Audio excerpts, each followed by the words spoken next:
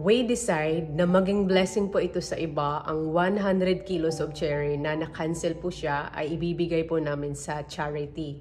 And finally, nakadating na po kami dito sa Pennywise Spending Shop. Is a charity organization kung saan ibibigay po namin lahat ang 100 kilos of cherry. Good morning po. Welcome to Maria Lesson Channel. So, maaga po talaga ang gising ko. Si Dave and Sylvester are still sleeping. Kahapon ay hindi po talaga maganda ang nangyari. Supposed to be ay i-deliver po namin yung 100 kilos of cherry na may nag-order po sa amin na Pinay. And yun nga ay pinagtripan po kami. It's very super negative at nagdala po talaga ito sa amin ng perwisyo, to be honest. Kasi we don't know what to do with this 100 kilos of cherry. Marami pong order sa akin sa iba, pero tag 3 kilos, 5 kilos, pero hindi po itong 100 kilos na second grade. And we are forced to cancel ang order po sa iba dahil we have to sort out first itong 100 kilos of cherry na hindi po siya masayang, na hindi po masira ang cherry dahil madali lang po talaga masira ang cherry after in a few days. Pag may nag-order po kasi sa amin, gustong-gusto po talaga namin i-deliver na fresh and good quality siya. So itong 100 kilos of cherry ay bayad na po to sa amin. Nothing to do po sa farm. Kaya yung plan ko po ay hindi po talaga maganda yung nangyari po sa amin. Kahit kayo po ang sa posisyon po namin, pero gusto ko po itong gawin inspiration. Negative man po ang nangyari sa amin ngayon pasalubong 2025, gusto ko pa rin pong piliin na maging positive outcome po ang naging experience po namin. We decide na maging blessing po ito sa iba, ang 100 kilos of cherry na na-cancel po siya ay ibibigay po namin sa charity. Ibibigay po namin ang 100 box of cherry sa Pennywise Spending. Tinawagan ko po sila and nabasa ko po yung website po nila. Thousands of homeless ang tinutulungan po nila. Ibibigay po namin ito with all our heart. Gusto po namin ma-dispose lahat ng 100 box of cherry while still fresh po siya. Yes, we have an option. Pwede po namin yan ibebenta kung gustuhin po namin. Pwede po kami magkapera. Pero like what I said, gusto ko itong maging inspiration, ang naging experience po namin. Although it's negative, pero mas pinili ko po na maging positive. It's a big decision po talaga all night. I have to think about this. I mean, hindi po kami mayaman, hindi po kami hambog. Gusto ko lang po talaga ang 2025, ang pasalubong po sa amin ay hindi ito ang maging memories po namin. So at least ang magiging memories po ito ay naging blessing po sa iba. Sa totoo, nahiya po talaga ako sa asawa ko. I mean, I'm not very proud na isang Pinay po ang gagawa po ito sa akin. And masasabi ko, hindi ko po masisisi at hindi ko rin po masasabi na lahat ng Pinay sa ibang bansa ay ganyan po ang ugali. I believe may mga tao pa ring matitino. Pero real talk lang po, dito po sa ibang bansa, diba, we are happy na makakita po tayo ng kababayan po natin, yung ramdam mo talaga na we are very friendly po talaga. Pero for me, yung expectation, parang hindi na ganyan ang nangyayari dito sa ibang bansa. Pag makakita kayo ng Pilipino, yung iba nga ay hindi na magpansinan, and yung iba ay takot talaga makipagkaibigan sa Pinay to Pinay dahil yung trust at grabe yung siraan. Kasi I believe yung ibang Pilipino ay hindi po talaga yan masaya kung ano ang narating mo sa buhay dahil pinagpagura mo yan, dahil nag-hardworking ka. Huwag kang mag-alala dahil ang taong yang galit na galit sa kapwa Pinay sa mga achievement ng iba ay hindi rin talaga siyang magiging masaya sa kanyang buhay. Dahil siguro kahit achievement niya ay hindi niya ma-appreciate kasi todo focus lang siya sa ibang tao. Sa totoo, kami wala talaga kaming masyadong friends. Hindi nyo yan makita basta-basta sa vlog ko na we have so many friends dahil trust issue na din po. And ngayon, nabiktima po kami dahil nag-start po kami ng negosyo of selling cherry or maybe in the future any fruits dahil yun nga, in the Philippines, I used to selling isda. And dito sa Australia, wala po kaming expectation na, oy, yayaman kami dahil dito sa pagbebenta ng prutas. kaunti lang po yung profit namin kasi parang yung gusto po talaga namin ay experience. Ay, ganito pala pag magbenta ka ng prutas sa Australia door to door. Mahirap, mainit, and it takes time to go around just to deliver it. But as long as masaya kami sa ginagawa namin, okay lang po yun. We are very nice. Pag i-deliver namin po to sa inyo, I mean, full of respectful po talaga. But maybe sometimes I am too nice. But yes, doesn't mean na biktima po kami. This is how it's end. I mean, parang mag-give up na po ako for everything.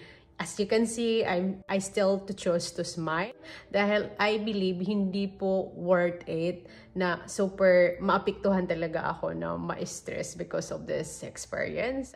I mean, I have a wonderful family. Isa na yun, a big blessing. This 2025, magkasama pa rin kami magpamilya, masaya. And because of this issue po guys, marami po talagang napatanong sa comment section. And hindi ko po talaga kayo maisa-isa pagsagot. Like, Mariel, bakit hindi mo sila pinabayad muna para hindi kayo ma-scam? Like, what happened now?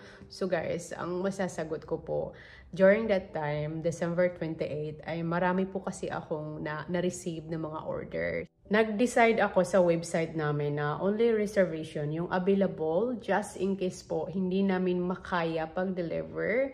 Just in case may magpa-cancel din, wala po siyang parang refund issue dahil wala pong bayad ang pagpa-reservation. So, pag-delivery na po namin ay tatawag lang po kami. I mean, this is the first time na nangyari po na may nagpa-reserve po sa amin na yung parang pinaglaruan lang po kami. Kasi mostly yung dati naming delivery ay marami din po nagpapa-reserve and lahat po yun legit. And of course, dahil po sa nangyari ay hindi na po yun mangyayari para hindi rin po kami mabiktima. Sa Pinay po na nag-order po sa amin, I believe tuwang-tuwa po kayo sa situation po namin.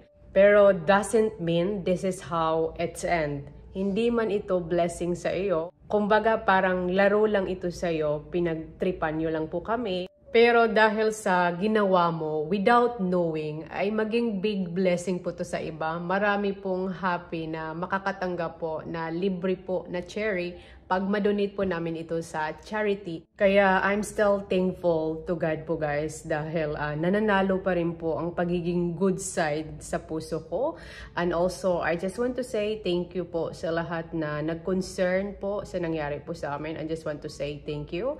And I am very sorry po sa mga na-cancel po na orders dahil we are super busy po talaga. I mean, gusto po namin ma-dispose po muna ang 100 kilos of cherry. And of course, I just want to say thank you to my landlord na willing po tumulong sa amin today to go to charity po to help us to dispose our cherry po.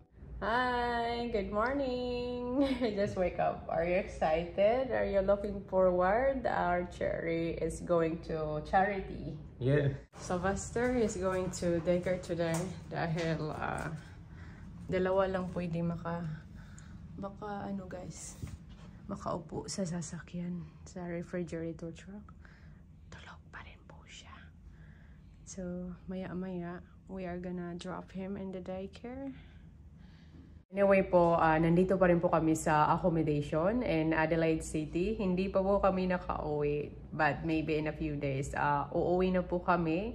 And kahapon, umuwi talaga si Dave. Siya lang mag-isa doon sa bahay. Para bisbisan po yung garden namin, bigyan po ng tubig yung gardens namin. Baka kasi mamamatay. But yes, we are super excited and happy po na mamayang hapon ay pupunta na po kami sa charity. Yesterday, it's quite stressful there. Hindi lang dahil baka hindi namin mabenta yung prutas. Yung iniisip ko, baka masasayang po yung cherry. I feel so bad. Somebody wake up! Pastor, are you looking forward to daycare again today? Yeah. Are you happy there? Yeah? Are you sure? Yeah. Gusto tong sumama sa amin pag mag-delivering kami ng cherry. Kaso sa refrigerator truck ay only dalawa lang po ang makaupo sa upuan.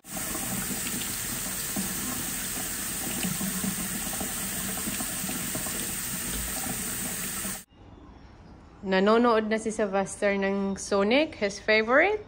Yeah, that's my favorite. And eating cherry. Hello. Hi! You're awake now. Yeah. Casual lang po kasi yung daycare ni Sylvester. So, anytime we can drop him. Look, son, Yeah. the fox is fun. Yeah, dito po, it's a balcony. But we normally close this one for Sylvester safe. Pero hindi naman siya dito masyadong lumalabas. Ooh. Oh, look at that. There's so many buildings. What's that? That is getting the milk. Pakalapit lang po kami sa city. Just out there. You have to get out. Ang maganda lang po to na apartment kung saan po kami nagstay in Adelaide. It's very ideal po siya sa magpamilya dahil meron po dyan stove, everything that you need. Even meron ditong dishwasher. Yan. Kung ayaw mo maghugas ng plato, but normally naghuhugas lang po ako dito sa sink. And meron din po itong washing machine dito. So lahat ng kailangan mo basically ay nandito lahat. And of course, it's a bit pricey po siya. And meron ditong fridge. Plenty of cupboard. This is a fridge. May laman po tong cherry dahil bibigyan ko po yung landlord ko. And this one, they provided. May cherry pa kami dito. Yung kakainin po namin.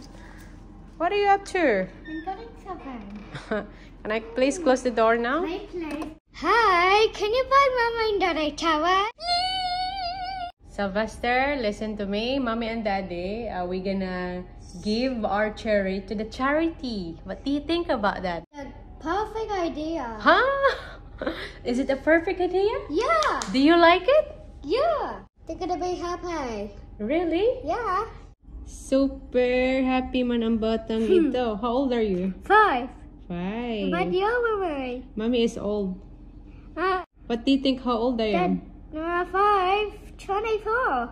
I'm 24. No, Mike. You're 24. Yeah, because I'm going. Are you growing so you're not 24? Yeah. Please, that's so fast. Yeah. You're not 24 yet. You're 5 years old. No, I'm not. You're 5 years old now, and I'm 26. Really? Yeah. Would you like to be an adult now? Yeah. You don't like to be a baby anymore? No. But you're still my baby. No. Come on, you're my baby. No, you're my grown up, and I'm 24. You're now grown up? Yeah. Oh my God, nagmamadali I'm man ka lumaki. 26 now. See? You're 26 now? Yeah. This is our breakfast. Normally, ito po yung kinakain namin. And there is a coffee machine here. Try po natin gumawa ng coffee. Ito po, lagay lang po natin yan. Here we go.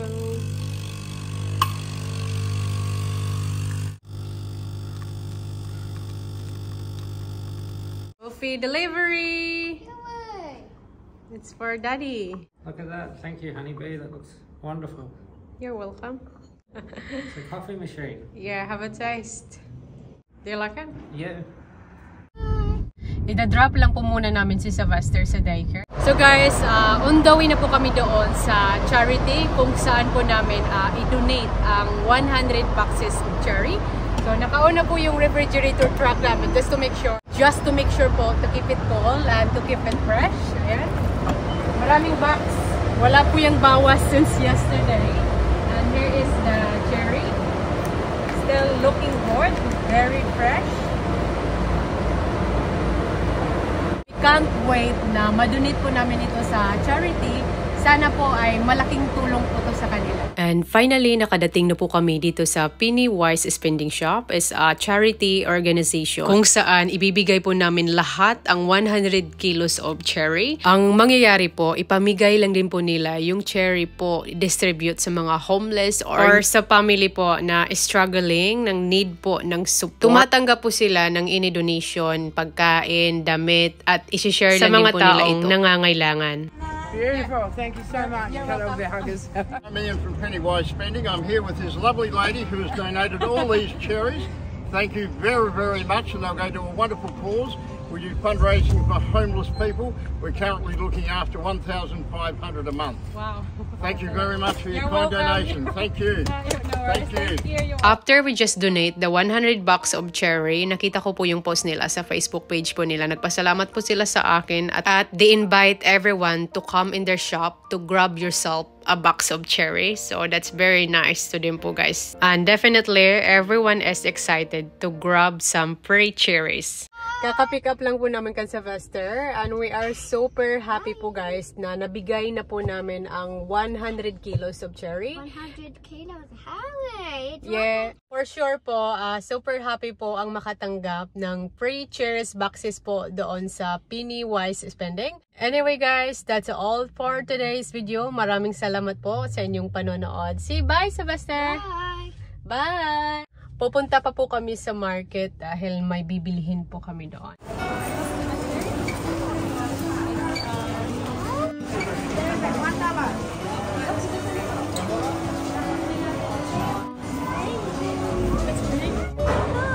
Okay, we are going to buy.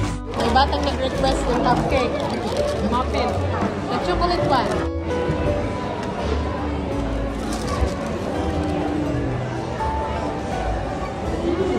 Okay, the Mazda muffin.